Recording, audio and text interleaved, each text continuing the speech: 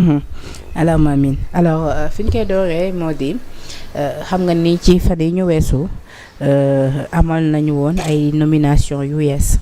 yooyu les nomination nag dafa am ba nga xamante ni daf ci jur polémique bu rëy muy nomination yi ki nga xamante ni moom moo di madame Awa Bocar Ly Tall moom nag di sociologue titulaire également d'un doctorat en sociologie au titre des personnalités qualifiées du milieu des lettres poste vacant foofu lañ ko dugal biñ ko fa dugalee nag mu jot coow lu rëy ñun ñëpp ñu teewee ko mu fekk si également coow li nga xamante ne amoon na fi ay temps bi ñu nommé ki nga xamante ni moom moo di Samba Ndiaye alors coow loolu nag tax na ba ci cadre passé fi également gis nañ ko ci nekk génn nga wane li nga xamante ni moom moo di wax ci li nga xamante ni plutôt moo di sa gis-gis li ko dalee ci l'honorable député Guy Marius Sagna bi nga xamante ni moom àndul ci boobu les nominations ki nga xamante ni moom moo di Fadilou Keita di njiital CDC moom également gis nañ ko démb rek mu ngi doon amal ab live di calmer li nga xamante ni en tout cas ñoom ñoo di les militants le soir ñu gis ki nga xamante ni moom moo di Ousmane Sonko ama ci sortie bu yaatu indi ci li nga xamante ni moom moo di ay leeral mais d'abord boobu la actualité yëpp noo ko gisee monsieur le ministre. bon xam nga pour répondre ci sa question boobu nga posé xam nga dafa nekk deux dimensions la première dimension mooy le peuple de Pastef et le parti Pastef am nañu droit ñoom di comporter wu nu mu leen neexee am nañu droit comme dañu wax ne dañu am benn projet boo xam bi dañ koo tëgg ñoom peut-être avec leurs règles ak leur vision du monde qui est que comme ñoom ñoo jël pouvoir bi képp koo xam ki nekkoo woon ci ñoom waroo cee bokk ça c'est leur liberté pleine et entière mais ñu man à ma position d'homme d'État de citoyen responsable boo xam bi dama war a rester dans la constance j'ai dit ceci j'ai toujours dit que les prérogatives de son excellence monsieur le président de la république c'est des domaines réservés yoonu kenn waru cee nekk président bi constitution bi moo ko may ne ko yow yaa prêté serment devant le peuple pour dire que da ngay nekk le président de tous les Sénégalais da nga leen war a sécuriser da nga war a veiller pour que nga continuer leen vers le bien-être yow la ñu may ne la nomeel ku la neex dégommeel ku la neex vous n'avez de compte à rendre à personne prérogative yooyu man ci laa mas a nekk récemment sax avant que ces histoires là di am def naa fi benn post sur Facebook bi ñu ma posé ay questions ci ay affaire ni ñu dindee ay Cheikh Oumar Diagne ay affaires yu dama ne Cheikh Oumar Diagne ba mu fi waxee ay par exemple ne du jox néeg yi kii suñu Cheikhouna Bara waaw ca màggal ga dama cee intervenir woon parce que man maa daan jox néeg yi sëriñ bi te defuma ko ndaxte damay murit parce que dama koo defal taal yi ba sëriñu taal yi di ànd ak délégation ñëw fekk ma sama ministère félicité ma parce que booba c'est le tourisme religieux et c'est bu ñu demee bay jël ay hôtes yu ñëw ci Sénégal ci bis bu toll ni bisu Serigne Touba ñu jox leen ay chambre ci le patrimoine privé de l'État qui était le méridien président dafa rafet te dama koo defal ñaari tarixa yëpp su ma ko yeneen tijaan yi laajoon ou bien xaadir laaj ma ko itam ma defal leen ko mais ñooñu ñoo ma sollicité ma defal leen ko foofu laa ma sa tontoo Cheikh Oumar Diagne mais dama ne le fait que le président de la République wàcce ko du ma ci prononcé wu lu tax parce que ba mu koy jël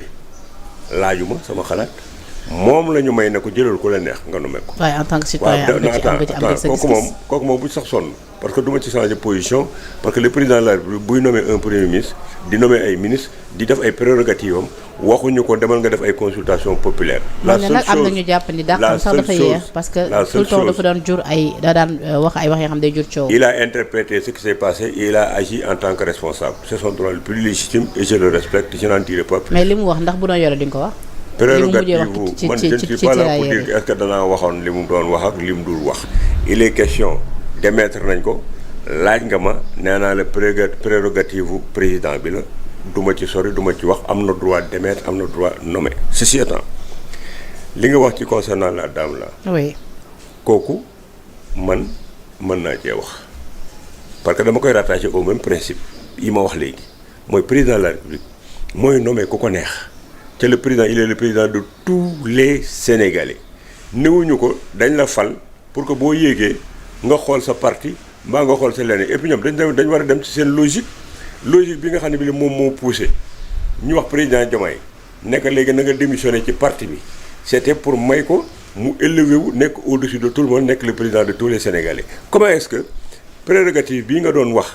pour nga jox ko ne ko léegi na démissionner de son poste de secrétaire général du parti pour mën a gérer réew mi en position d'un président de tous les Sénégalais nga def loo ko loolu ba pare muy nommé nga yow naan ko dégomee la bul nommé kéeg lu tax ngay wàcc fële c'est une incohérence manifeste et caractérisée te loolu dañ ko war a régler parce que c'est pas le peuple de Pastef moom réew mi ñoom ñii di wax ay nekk Pastef tey dañu war a xam ne dans chaque famille du Sénégal il y a des éléments de Pastef. mais c'est-à-dire ñoom li ñu jàpp xoolal ba ci sortie bi nga xamante ne honorable député Guy Marius Sagna def na ko ci moom nee na mënuñu comprendre tey jii ñi nga xamante ni ay ennemis yu projet bi lañ ñi nga xamante ni tey jii ba ci élection yi sax xëy na bu ngi sañoon Pastef du sax jàll au premier tour tey ñoom la ñu gën a privilégié peut-être si ñi nga xamante ni actuellement sax ñoom ñi ngi ci parti bi tey ñu installé gu ñu ci benn poste. dama ne bu nu réfléchir noonu il y a 40% des Sénégalais 40 et quelques % des Sénégalais qui n'ont pas voté pour le président Diomaye. Ces 40 et quelques % des Sénégalais font partie des 18 millions de Sénégalais. Ça veut dire que donc, ils veulent diriger le pays avec 50 et quelques %. L'autre fois, Diomaye n'est pas le président de 50 et quelques % des Sénégalais. Il est le président de tous les Sénégalais. Et en plus, Pastef est minoritaire dans ce pourcentage qui a élu le président Diomaye. C'est des Sénégalais bon teint qui ont le droit de vote et qui ont regardé faire et qui se sont dit que le président Diomaye est porteur d'un projet nekk ni nit koo xam ne kii mën nañ ko jox seen vote pour que mu diriger réew mi donc ñoom moomuñu réew mi deuxièmement du ñoom dong ñoo fal le président Diomaye te bu doon ñoom dong du falu. donc mais c'est-à-dire léegi finalement la mooy problème parce que c'est la première fois ñu gis quand même ay militants yu exigeants yooyu nii. non c'est-à-dire que c'est que ñoom déggoo li ma la bëgg expliquer. parce que gis naa ay postes ñu naan nous exigeons du président que mu déchoir ki nga xamante ne moom. xam loolu laa la bëgg a expliquer.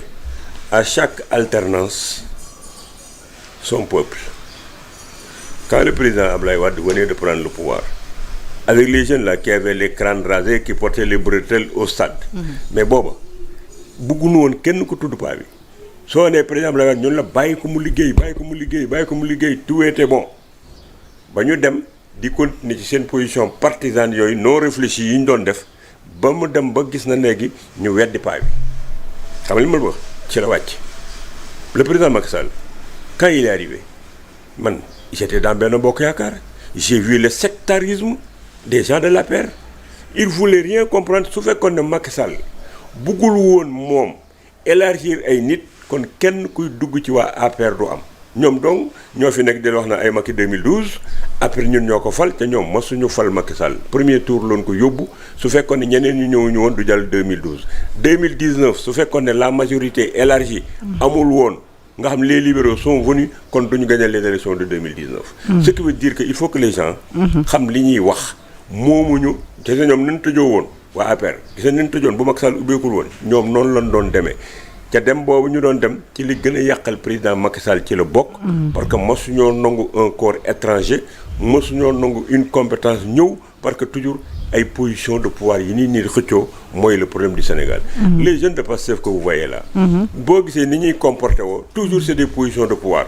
yaakaar na ni kii bu dikkee place bii mu toog keneen na ci waroon a toog tant que bàyyiwuñu di xëccoo ay position de pouvoir xooluñu intérêt général problème yooyu dina yàgg am ci Sénégal un président de la République on lui dicte pas qui il doit prendre te président de la République comme ni ko le premier ministre Ousmane Sonko waxee démb ne président Diomaye kenn du ko mettre pression mais c'est que tout président de la République ou tout premier ministre kenn wóolu la mettre pression ci ki ngay jël ak ki nga dul jël da nga war a nekk au service de la République te am na ay prérogatives yoo xam ni doo bàyyi ay militants di ci dugg et que les questions de l'État se règlent à travers les réseaux sociaux kooku ku leen ko waxul da ngaa ragal da ngaa naafeq troisièmement am na loo soxla ci ñoom ba doo mën a wax dëgg dëgg nag bu ñu buggee réew mi dem nañuy waxante dëgg on ne gère pas un pays à partir des réseaux sociaux les réseaux sociaux peuvent servir à une chose nga am les retours des populations sur ces politiques publiques ak itam yi nga war a corriger mais pas les réseaux sociaux di def de telle sorte que tu sais que les réseaux sociaux là les jeunes de Pastef am na lu ñu teg ci biir réew mi il y a des ministres de Pastef des directeurs du système ñi moo ñoo jël nit ñi audience ñi ma wuñoo wuyu téléphone ñi ma wuñoo yoon parce que ragal nañu ñu toog par exemple gis ku mel ni Thierno Lo di dugg ci benn ministère. ah oui dañu xam man lan moo fa yóbbu man je ne suis pas parti là-bas pour commander quoi que ce soit auprès du ministre. J'ai des dossiers en tant que citoyen yu ministre yi di gérer ils ont l'obligation de me recevoir et de me donner des explications sur les dossiers yi ma fa am. parce que c'est des serviteurs de la République. dama am ay nit yoo xam ni demandé nañu ay audience ñu leen di daw. tey pression bi booy yi ni ñu koy defee ci réseaux sociaux yi déggu rek booy yi ni ñu koy defee ci réseaux sociaux yi ancien ministre di toog di xool kan mooy dugg ci ministère kan mooy dugg ci directeur ak affaire yooyu boo recevoir quelqu'un xamuñu sax la nit ki lu muy wuti ci ministère bi ah ñu naan woo man je suis de Pastef je l'ai appelé il ne m'a pas reçu pourquoi il reçoit Thierno Lo. mais fi ñu toll nag dafa xaw a sensible est-ce que de loolu moo tax peut-être ñu bañ recevoir ñeneen xam nga sa jamono bi nga xam ne ñu ngi naan traque des biens mal acquis quand tu es mais ce sont ces responsables là tey jii bu ñu gisee yenn ministres yi di recevoir peut-être des anciens ministres peut-être man soo ma déglu woon ndax mën nañ jàpp ni peut-être dañoo ñëw pour soo ma déglu woon je te parle de principe et les questions que tu poses sont des questions très importantes qui nécessitent des réponses claires sans détour. allez-y. nit ñi ñuy fal ñoo amul fayda ñoo xamul lu tax ñu fayal leen buñ la jëlee fal la ne la directeur nga may ministre nga tu es un serviteur de la République et non d'un parti politique. Tu as des missions de service public à remplir tu dois être à la disposition des citoyens sénégalais. Il y en a qui ne viennent pas pour commander il y a peut-être des gens qui viennent pour fertiliser ce que tu es en train de faire il y a d'autres qui ont des dossiers yoo xam ni ci yow la dépendre il faut qu'ils viennent waxtaan ci ak yow ñooñu dañu am obligation ñaanuñu la sarxluñu la par force nga leen war a recevoir. léegi nag bu fekkee ne da ngay toog ñu naan ay espèce lanceur d'alerte la xool du lanceur d'alerte dara di toog di xool ku dugg ci ministère yi ngeen commencé daan ne waa recevoir ne diw ngeen di commencé nañ ko 72 heures nañ def affaire on ne gère pas un pays comme ça. et c'est un danger suñ ko continuer di ko bàyyi muy dem noonu dinañ dem bu mu jur lu grave ci biir dëkk bi ca dina hypothéquer la réalisation du projet parce que les gens d'abord ku mel ni man par exemple man mënuñoo def loolu ba tere man li ma war a wax ci dëkk bi ma wax ko. Deuxièmement mënuñoo fexe ba fu ma fi bëgg a dem danaa woo ka fa nekk demander ko audience pour dem fa parce que c'est mon serviteur samay impôt lañ koy fay ci j'ai mes dossiers qui dorment là-bas dañ maa war a recevoir ku ma ci continuer nga koy def loolu je te dénoncerai publiquement pour dire que ne tu n'accomplis pas la mission. premier ministre bi laay jëkk premier ministre bi laay jëkk dafa mel da nga demander audience dama gis ñu ko vivre. gars yi faalewuñ la il faut te limiter à ce que li la nit ki wax muy lu leer. dégg nga bàyyi leen seen raba ji ngeen di defal nit ñi luñ waxul man lu ma bëgg wax fii laa koy wax man bi nga ma invité xam naa la bu baax mënoo ma fi wax loolu lu ma bëggut a wax. dama la ne am na ñu ma gis ñoo xam ne ñii vivre nañ loolu te bis moo ko gisee dinaa bind premier ministre wax ko bind président la wax ko. ba pare ñëw ci médias yi dénoncé ko. d'accord waaw benn maagale. ndaw si ngay wax nii léegi. mais cette dame là xam nga comportement yi les jeunes de Pastef def et même quelques responsables de Pastef yoo xam ni très franchement. yaakaaroon naa ne nekk nañ ay niveau d'élévation yoo xam ni du ñu tomber ci le comportement d'un petit militant. xam nga les militants de base. comme ñan man ku mel ni Guy Marius Sagna par exemple. ak keneen ak les directeurs et consorts. qui s'élèvent ci ay décisions yu président de la République jël ou bien premier ministre waroon ko jël par rapport à des trucs yoo xam ni ci seen domaine de compétence la bokk. très franchement je le reconnais de s'être battu pour porter le président Diomaye au pouvoir. Guy Marius Sagna gis naa ni il a fait un travail parlementaire extraordinaire il en a souffert il a vécu des choses mais son niveau war na koo teg ci benn boo xam ne fii très franchement du prononcé wu sur les décisions du président de la République. mais Thierno ndax da nga jàpp ni lii suite logique la non bàyyil maa àggali du nekk ci ay positions aussi de diviser le peuple sénégalais mu nekk en deux entités. d'accord mais beneen bi ci dolli ko la dame là ma xam nga man attaques yi attaqué dame bi moo tax ma dem creuser ba gis wax yi ñuy wax ci moom mais celle-là je l'ai reçu chez moi sama télévision ba mu fa dikkee xam nga lu mu fa doon développé un livre qu'elle a écrit sur Cheikh Anta Diop nekk benn intellectuel pur et dur très structuré xam li muy wax def elle a été au Canada elle a été aux États-Unis et disciple de Cheikh Anta Diop am lu bëri lu mu mën a jàngal xale yi am lu bëri loo xam ne def na ko ci la culture noire sur la littérature et tout sur la sociologie mu def ko nekk une compétence avérée. donc vous donnez sa nomination ba mu dikkee man ci loolu laa ko xoole woon. il a fallu que ñu attaqué ko ci affaire ba ma dem xool gis ses positions yu mu defoon ci Ousmane Sonko mais loolu c'est pas une raison pour dire que warut a occuper dara ci biir Sénégal mais on peut ne pas être d'accord avec le premier Ousmane Sonko on peut ne pas être d'accord avec le président Diomaye mais quand il s'agit de la République tout le monde am na droit pour liggéey ci ku leen ko wax wax nga leen dëgg. d'accord ku leen ko waxul naafeq nga. te loolu léegi nag da nga jàpp ni coow li am nii yëpp suite logique liñ fi gisoon la parce que à rappeler que ni maa ngi koy wax sànq biñ fi namee Samba Ndiaye te mu juróon coow d'ailleurs sax démb Ousmane Sonko ci sortem bi xaw na leeral que ni Samba Ndiaye d'ailleurs sax depuis lors am na ñuy laajte est-ce que Samba Ndiaye finalement dëggantaan jot na jël fonction parce que Ousmane Sonko mu ngi naan boobu les décret ba tey gisu leen ko alors. ndax tey jii coow loolu amoon ci Samba Ndiaye ñu gisoon yenn cadres yi les Waly Diouf Bodian Fadilou Keita bi ñoom ñëpp ñu décrié woon ko defoon ci ay postes ànd ak ñi nga xamante ñoom ñoo di militants yi loolu mooy continuité bi tey c'est-à-dire ndax ñoom ñoo prêté woon le flanc ba tax tey jii seen militants yi jàppale tey jii képp ku ñu fa lekk ñoom am nañ leur mot à dire. non xam nga le premier ministre Ousmane Sonko j'ai suivi sa déclaration d'hier et je le comprends bi mu diggee foofu dafa réaffirmer les principes de l'État. Ça veut dire que président de la République kenn du ko mettre sous pression président de la République kenn du ko wax li mu war a def ci ñi muy tànn ak ñi mu dul tànn et il a été solidaire du président de la République parce que les gens boo xoolee li ñu doon def ils ont essayé de les diviser pour montrer que ni lii ci Diomaye la jógewul ci président Ousmane Sonko il a assumé que moom moo président Diomaye ñoo ko defandoo. parce que sax loolu jaaxal nañu c'est-à-dire pourquoi militants yi tout le temps Diomaye la ñuy attaqué. jox na ko alors que ni peut-être décision yi moom moo koy signé maagale ça aussi c'est un problème. maagale jox nañ ko il a montré qu'il est solidaire du président de la République par rapport à la prise de décision parce que les décrets moom da koy signé président di ko signé te itam les mesures individuelles ak loo fi gis ay nominations il y a une concertation entre le premier ministre et le président de la République. C'est ce qu'il a dit. C'est à partir de ce moment que le décret est signé par le président et contre-signé par son premier ministre. Et pourtant, tout le temps, le président l'a attaqué. Il en a... Pourquoi? Parce qu'il y a des gens qui veulent diviser, même dans Pastef et en dehors de Pastef. Dans Pastef, il y a des gens qui font la différence entre Diomaye, président, et le premier ministre Ousmane Sonko, qui est le président actuellement du parti Pastef. Il y a une confrontation de ces deux entités. Ku ko wax moo am ku ko waxoo dëgg li war mooy ñoom dañu war a harmoniser seen ay positions ils se sont battus ensemble pour prendre le pouvoir donc danañ war une solidarité pour que ñu assurer seen 5 ans yi nga xam ne moom la leen peuple sénégalais bi jox toute autre chose va porter préjudice à l'exécution du mandat pour lequel nous tous day impacté ci ñun donc war nañu bàyyi seen xeex yooyu ñuy def entre les deux entités le président de la République et le premier ministre pour que ñu régler le problème du projet pour donner un bien-être aux Sénégalais. mun na dem peut-être ba président moom kese à lui seul mu affirmé wu. dama ne de les façons que ce soit le président Diomaye ou bien le premier ministre Ousmane Sonko bu ñu dégloo ces comportements et je ne pense même pas qu'ils puissent penser à ça di déglu ces comportements de militants là ba tax ñoom ñu fissurer le binôme la dualité bi nga xam ne bi la am na ci ñoom bu ñu ko defee moi je serais très déçu par ces deux hommes. Parce qu'ils portent un projet qui a fait rêver autant de jeunes et que ce rêve-là, si jamais ça se brise, ça va être le désastre pour le Sénégal. D'accord. Parce que la jeunesse de Pastef, c'est une bombe à retardement.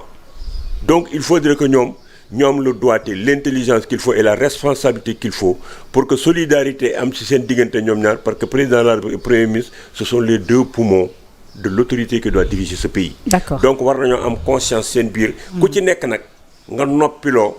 sa lieutenant yi nekk ci yow nga noppiloo leen parce que tey jii le président Ousmane Sonko tey bu ko neexoon dootoo dégg Waly Diouf Bodian dootoo dégg Fadilou Keita ou bien aucun responsable bu nekk ci proximité di prononcé wu ci yenn problème yi. ñoom nee nañ parti bi dañoo am liberté. Diomaye aussi bu ko neexee ku ci nekk da nga am sa liberté d'expression. Diomaye bu ko neexee non liberté d'expression dafa am ay limites. xam nga ñun xoolal nous sommes nés dans les organisations nous sommes partis par des écoles du parti dégg nga école du parti jaar nañ si xam nañ ce que c'est que le militantisme nekk nañ ci état xam nañ les prérogatives du président de la République et des autres gis nga président yi fi mas a jaar yëpp Abdoulaye Wade bi mu fi nekkee képp ku mas a ànd ak moom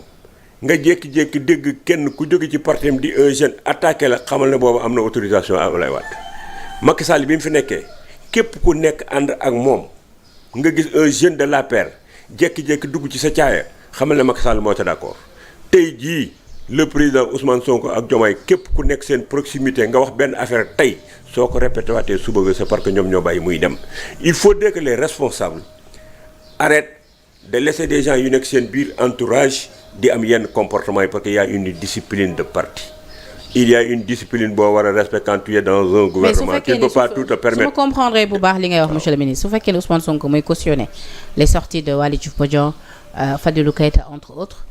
néewuma la moo koy lan la ci gagné non néewuma la moo koy cautionner dama ne ñoom liberté d'expression yi bi ñu bëgg a wane ci biir Pastef dafa war a am ay limites te dañ ko war a encadrer et il y a des gens qui sont dépositaires de position dans le système nga nekk un directeur ou bien nga nekk un conseiller ou bien nga nekk dans le gouvernement am na loo xam ne lii waroo ko wax premier ministre ak loo xam ne waroo ko wax président. non monsieur le ministre li nga wax dafa leer da nga ni Ousmane Sonko tey jii su ko neexoon mun na dakkal lu ni mel kon kay su fekkee ni dakkalu ko da nga jàpp sa gis-gis da nga jàpp sa gis-gis kon moom moo ko cautionné ma laaj ne la bu fekkee moo ko cautionné c'est à quelle fin. quand même je vais aller plus loin xam nga quand les gens disaient qu'il y a des faucons dans les présidents allez voir mes vidéos moi je suis dans la constance lii may wax tey jii ne du tey laa ko jëkk a wax dama ne la présidence de la république ku fa nekk ñu wax faucon amut parce que ku fa nekk tey jii wax fa dara boo fa xëy si waatee suba nga président bi la neex c'est le président qui est responsable de tout ce qui se dit à partir du palais et des hommes qui y sont parce que comme ci neexul loo fa wax boo subaa doo fa dellu si waat soo ko waxee waxaat ko c'est parce que président ba la neex ma dellu si waat ne la tey jii le président Ousmane Sonko. su fekkee dañ bëgg a xool premier ministre Ousmane Sonko bu fekkee dañoo bëgg a xool des libertés du peuple de Pastef en disant que nous sommes un parti boo xam ne bii le débat il est là. Les gens sont libres la liberté de ces gens qui sont dans le parti. dafa am fu muy tàmbalee dafa am fu muy yem. bu ko neexoon tey faut pas trop de liberté là pousse vers l'anarchie donc war nañu xam li ñu war a wax ñeneen ñi aussi ñoo war a xam sax lu ñu leen waxut. man si j'étais directeur. Personne ne pourrait me pousser aujourd'hui à me prononcer de cette façon sur les décisions du président de la République.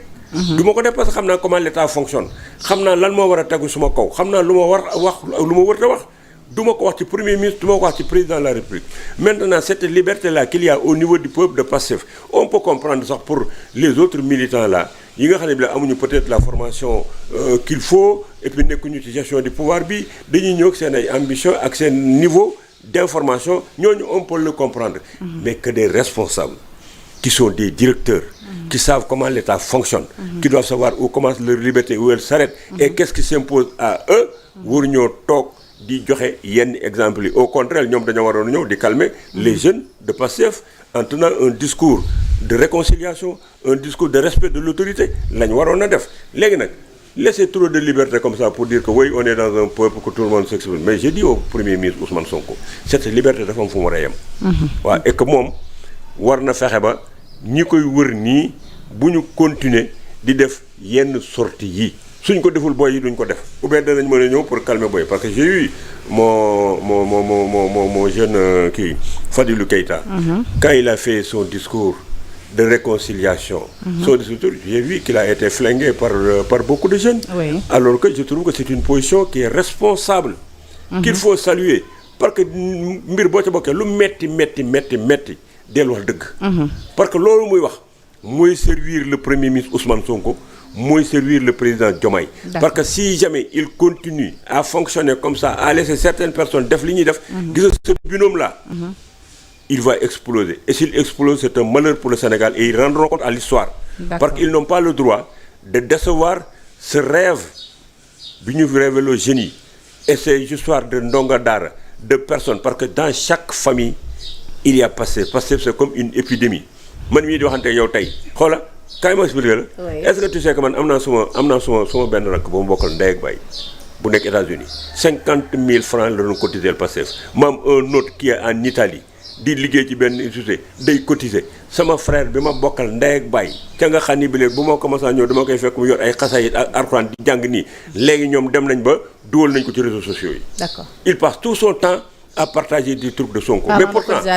pourtant moo tax ñenn ñi tey comprendre ñu c'est-à-dire parlons de cotisation. Mais pourtant man ñun ñëpp mosuñu am ay contradiction suñ biir. comprendre ñu ils sont passifs je suis dans benn bokk yaakaar mais terewul dañu doxal dañu fonctionner en tant que démocrate en tant que citoyen. cotisation yooyu nga tudd moo tax comprendre ñu ay jamono ñu daan gis Pastef daan amal ay cotisation wala ay collecte ci li nga xamante ne à travers Copa Express pour di jàppale ñenn ñi tey bu ñu gisee Ousmane Sonko démb mu wax ci li nga xamante ni moo ñeel fonds yu ñu déployé ngir indemniser ñi nga xamante ni ñoom ñoo di famille des victimes ci manifestation yi fi amoon entre mars ba li nga xamante ni moom moo di février 2024 ci lu ni mel moom mu ne ñenn ñi ñoom ñoo naan jël seen bopp en charge mais ba ñu